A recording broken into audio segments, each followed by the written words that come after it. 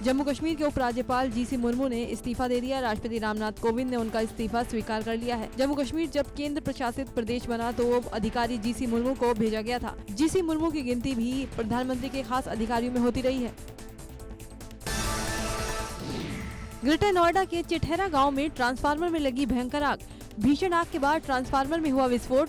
आग फैलने से मची अफरा तफरी। ट्रांसफार्मर पर अधिक लोड पड़ने से आग लगने की आशंका। दमकल विभाग की टीम ने कड़ी मशक्कत के बाद बुझाई आग। बुलंदशहर में नेशनल हाईवे 91 पर चलती कार में लगी भयंकर आग। कार में सवार 4 लोगों ने कूदकर बचाई जान। फायर ब्रिगेड की गाड़ी ने आग पर पाया काबू। अलीगढ़ से खुर्जा जा रहे थे कार सवार टायर व्यापारी।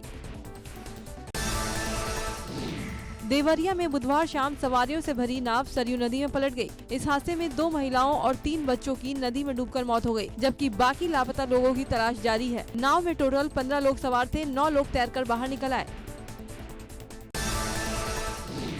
सीएम योगी आदित्यनाथ ने हादसे का संज्ञान लेते हुए अधिकारियों को फौरन राहत बचाव कार्य के निर्देश दिए। हादसे के शिकार लोग मऊ के मधुबन थाना क्षेत्र के रहने वाले हैं, जो कि अक्सर मईल के तौलिया कला में बाजार करने आते जाते रहते हैं, जहां पर ये हादसा हुआ। कानपुर के बिल्हौर इलाके में बर्थडे पार्टी के बीच सरेआम पिस्टल लहराई गई। क्षेत्र पंचायत सदस्य गगन ठाकुर ने जन्मदिन के जश्न में हथियार लहराए, जिसका वीडियो अब सोशल मीडिया पर वायरल हो रहा है। बांदा में प्रेमी युगल को जिंदा जलाने का सनसनीखेज मामला आया सामने। प्रेमिका के परिजनों ने दोनों को कमरे में बंद कर लगाई आग। कुल्हाड़ी से भी किया हमला। दोनों की इलाज के दौरान हुई मौत। आईजी ने बताया कि मामले में 9 लोग के खिलाफ मुकदमा दर्ज किया गया है। 2 लोग गिरफ्तार किए गए हैं। बाकी आरोपियों की गिरफ्तारी के लिए पुलिस टीमें लगातार छापेमारी कर रही हैं। कानपुर में ग्राम प्रधान के पति को दबंगों ने मारी गोली। चुनावी रंजिश के चलते 3 लोगों ने किया हमला। पैर में गोली लगने से घायल प्रधान पति अस्पताल में कराया गया भर्ती। बिधुना थाना क्षेत्र के जामू गांव की घटना।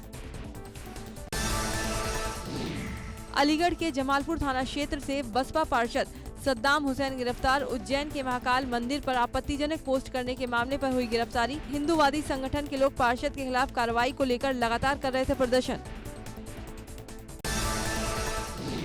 बस्ती में आयुष्मान भारत योजना के नाम पर ठगी करने वाले गिरोह का पर्दाफाश। पुलिस ने गिरोह के 60 ठगों को गिरफ्तार कर भेजा जेल। आयुष्मान भारत का कार्ड बनवाने के नाम पर करते थे करोड़ों की ठगी। अंगूठे का निशान लेकर लोगों के खातों से निकालते थे पैसा। पीलीभीत में मशहूर अस्पताल के मेडिकल स्टोर पर छापेमारी से हड़कंप। स्वास्थ्य विभाग और ड्रग इंस्पेक्टर की संयुक्त टीम ने मारा छापा। कई दवाएं एक्सपायरी डेट की मिली। एक्सपायरी डेट की बेची गई लेबल से छेड़छाड़ करना भी पाया गया। मेडिकल स्टोर को करवाया गया बंद। बलिया में स्वास्थ्य विभाग की बड़ी लापरवाही। आजमगढ़ से आए 2 कोरोना संक्रमित मरीजों की इलाज के दौरान मौत। 2 कोविड मरीजों के शव पर एक ही मरीज का नाम स्लिप लगाकर बलिया भेजा गया। परिजनों ने शव गलत देखकर किया हंगामा। काफी हंगामे के बाद सही शव सौंपा गया। खटीमा में 18 और सितारगंज में 7 कोरोना पॉजिटिव केस मिलने से हड़कंप। विधायक सौरभ बहुगुणा और मंडी समिति चेयरमैन भी हुए संक्रमित। सभी कोरोना मरीजों को जिला अस्पताल रुद्रपुर में किया गया आइसोलेट। मरीजों के घरों के 50-50 मीटर दूर तक कंटेनमेंट जोन बनाए गए। बनारस के 6 साल के अर्जुन ने तीरंदाजी में विदेश में भी अपना लोहा मनवाया। आदित्य सिंह उर्फ अर्जुन ने 5 अगस्त को Guinness book of world record के 2 रिकॉर्ड तोड़कर अपने नाम किए। अर्जुन ने ऑस्ट्रेलिया के जोसेफ मैकग्रेल बेटरूप के सबसे तेज तीर चलाने के रिकॉर्ड को तोड़कर Guinness book of world record में अपना नाम दर्ज करवाया। अर्जुन ने 18 मीटर की दूरी पर रखे 40 सेंटीमीटर के लक्ष्य पर महज 48.63 सेकंड में 10 तीर चलाए। बागपत के खेकड़ा इलाके में सिपाही की गुंडाई। बगैर टोल दिए टोल प्लाजा का बैरियर तोड़कर भागा सिपाही। सीसीटीवी में कैद हुई सिपाही की दबंगई। गाजियाबाद में पत्रकार विक्रम जोशी की हत्या में शामिल 10वां आरोपी पुलिस के हत्थे चढ़ गया। पुलिस इस मामले में 9 आरोपियों को पहले ही गिरफ्तार कर चुकी। आकाश बिहारी नाम के आरोपी पर 25,000 का इनाम रखा गया था। ग्रेटर नोएडा में घर में घुसकर तांडव मचाने वाले आरोपी पकड़े गए। सूरजपुर पुलिस ने 5 आरोपियों को गिरफ्तार किया। मुख्य आरोपी सुनील रणदीप भाटी गैंग का शार्प शूटर है। इनके कब्जे से भारी मात्रा में कारतूस बरामद हुए हैं। गोरखपुर में डबल मर्डर से सनसनी। पति और दूसरी पत्नी की फावड़े से काटकर हत्या। 3 साल से गांव के बाहर झोपड़ी डालकर रह रहे थे दोनों। गुलरिया इलाके का मामला। कानपुर के बाबूपुरवा कोतवाली इलाके में पति ने पत्नी की हत्या कर दी। धारदार हथियार से हमला कर पत्नी को मौत के घाट उतार दिया। आरोपी पति अपने दोनों बच्चों को लेकर फरार हो गया।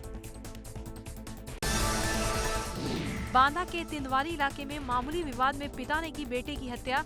वारदात को अंजाम देने के बाद आरोपी पिता फरार। पुलिस ने शव को कब्जे में लेकर पोस्टमार्टम के लिए भेजा। आरोपी की तलाश जारी।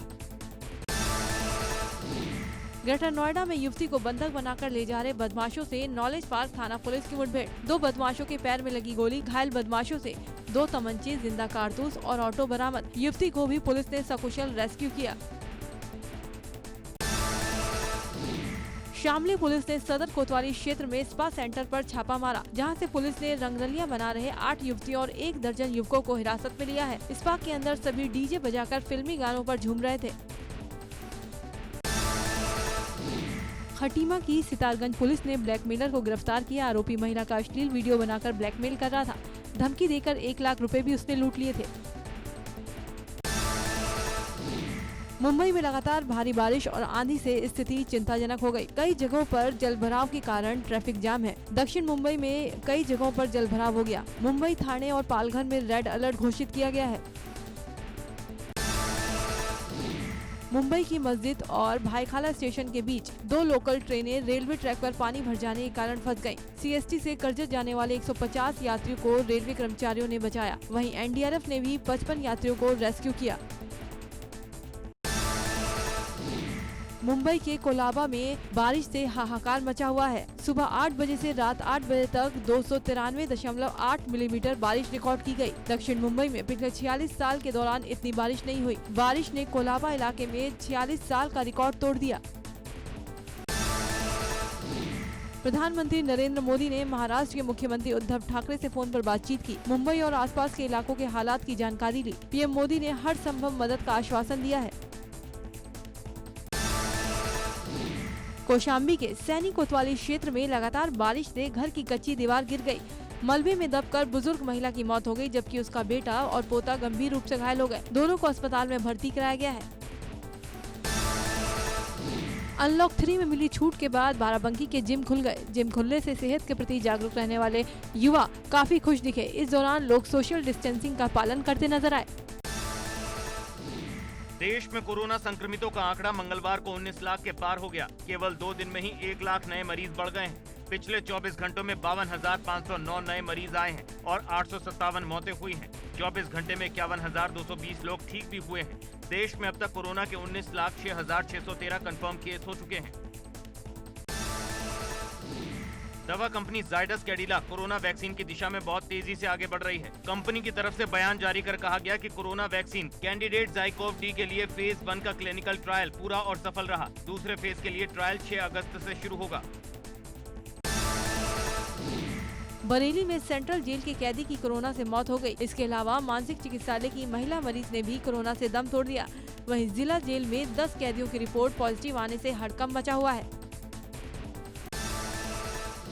यूपी के कानून मंत्री ब्रजेश पाठक की कोविड-19 रिपोर्ट पॉजिटिव आई है। पाठक ने ट्वीट कर बताया, कोरोना के प्रारंभिक लक्षण लगने पर डॉक्टरों के परामर्श पर कराई गई जांच में मेरी रिपोर्ट पॉजिटिव आई है। उन्होंने कहा, बीते दिनों मेरे संपर्क में आने वालों से अनुरोध है खुद को क्वारंटीन कर जांच कराएं।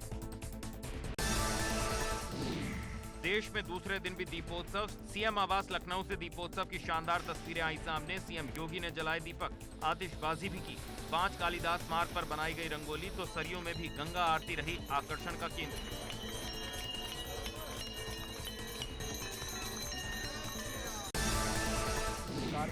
राम मंदिर भूमि पूजन और शिलान्यास के बाद एबीपी गंगा से एक्सक्लूसिव बातचीत में बोले सीएम योगी आदित्यनाथ। कहा, स्वाभाविक तौर पर मेरे लिए भावुक पल। कहा, मुद्दा मंदिर का नहीं जन्मभूमि का है। आज पूर्वजों को मिली श्रद्धांजलि। कहा, आज सभी का सपना हुआ पूरा। एबीपी गंगा से बातचीत में सीएम योगी ने बताया, कांग्रेस जन्मभूमि से दूर चाहती थी मंदिर। योगी ने कहा, जहां रामलला विराजमान है वहीं स्थान मंदिर निर्माण के लिए चाहिए था। कांग्रेस ने वोट के लिए विवाद पैदा किया। कहा, कांग्रेस नहीं चाहती थी समाधान। मंदिर निर्माण का श्रेय सीएम योगी ने प्रधानमंत्री नरेंद्र मोदी को दिया। कहा, मैं बतौर मुख्यमंत्री अयोध्या आता जाता रहा, लेकिन पीएम इस दौरान नहीं गए अयोध्या। कोर्ट का फैसला आने तक पीएम मोदी नहीं गए अयोध्या। कोर्ट के आदेश का किया सभी ने सम्मान। दोनों भावों के साथ जुड़ा हुआ। सीएम योगी ने केंद्र सरकार की योजनाओं की जमकर की तारीफ। कहा, हमने किसी के साथ नहीं किया भेदभाव, सभी को कल्याणकारी योजनाओं से जोड़ा। घर घर पहुंचाई रसोई गैस। सबका साथ सबका विकास के मूल मंत्र पर काम कर रही हमारी सरकार। एबीपी गंगा पर बोले सीएम योगी। कहा, फैसले का दिन रहा सबसे शांत। कुछ लोगों को छोड़कर समाज के हर तबके ने सुप्रीम कोर्ट के फैसले को किया स्वीकार। कोर्ट के आदेश अनुसार किया ट्रस्ट का गठन। ट्रस्ट के निमंत्रण पर ही पीएम मोदी आए। कहा, इकबाल अंसारी को निमंत्रण हमारी ताकत है। वोट लेने वालों को लेनी चाहिए उनसे सीख। एबीपी गंगा पर बोले सीएम योगी आदित्यनाथ। कहा, योगी के तौर पर मस्जिद निर्माण में नहीं जाऊंगा। सीएम ने कहा, मेरा उद्देश्य प्रदेश में बिना भेदभाव हर किसी तक सरकार की योजनाओं का लाभ पहुंचाना है। प्रदेश का विकास करना पहली प्राथमिकता। सीएम ने कहा, ना मिलेगा निमंत्रण ना ही जाऊंगा। ना मैं वादी ना प्रतिवादी। जाने का कोई मतलब ही नहीं होता। सीएम योगी ने कहा, भव्य मंदिर निर्माण के बाद अयोध्या में पर्यटन बढ़ेगा, रोजगार के अवसर भी पैदा होंगे। देश और दुनिया से लोग रामलला के दर्शन करने आएंगे। एबीपी गंगा से बोले सीएम योगी आदित्यनाथ। कहा, ये विश्राम नहीं शुभारंभ है। कहा, ये विश्राम नहीं शुभारंभ है, ये सिर्फ मंदिर निर्माण नहीं, एक नए युग की शुरुआत है। अयोध्या में राम मंदिर पूजन के बाद देहरादून में सीएम आवास पर जलाए गए दिए। मुख्यमंत्री त्रिवेंद्र सिंह रावत ने दिए जलाकर मनाया दीपोत्सव।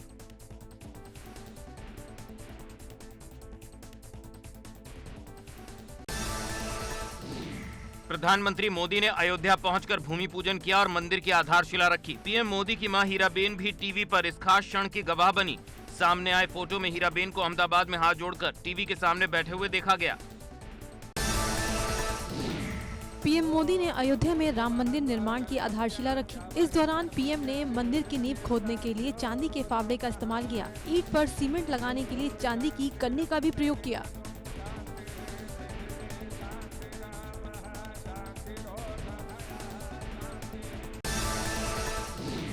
भूमि पूजन के बाद प्रधानमंत्री नरेंद्र मोदी ने देशवासियों को संबोधित किया। पीएम मोदी ने सबसे पहले अपने भाषण में सियावर रामचंद्र की जय के नारे लगाए और उसके बाद अपना भाषण शुरू किया।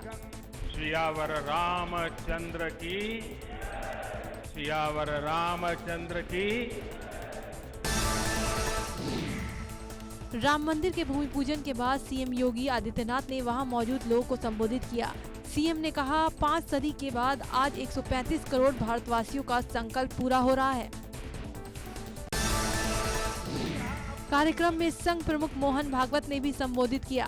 कहा कि आज पूरा देश आनंद में है। तब के संघ प्रमुख देवव्रत जी ने कहा था, 20 से 30 साल काम करना होगा। आज 30वें साल की शुरुआत में काम हो रहा है। हम सब लोगों को अयोध्या को बचाना होगा। महंत नृत्य गोपाल दास बोले, अब लोगों को तन मन धन से मंदिर निर्माण में जुटना चाहिए और काम को आगे बढ़ाना चाहिए। दुनिया में रह रहे हर हिंदू की इच्छा थी कि मंदिर का निर्माण एक नए भारत का निर्माण है। इसे जल्द से जल्द पूरा किया जाना चाहिए। प्रधानमंत्री नरेंद्र मोदी अयोध्या पहुंचकर सबसे पहले हनुमानगढ़ी मंदिर गए।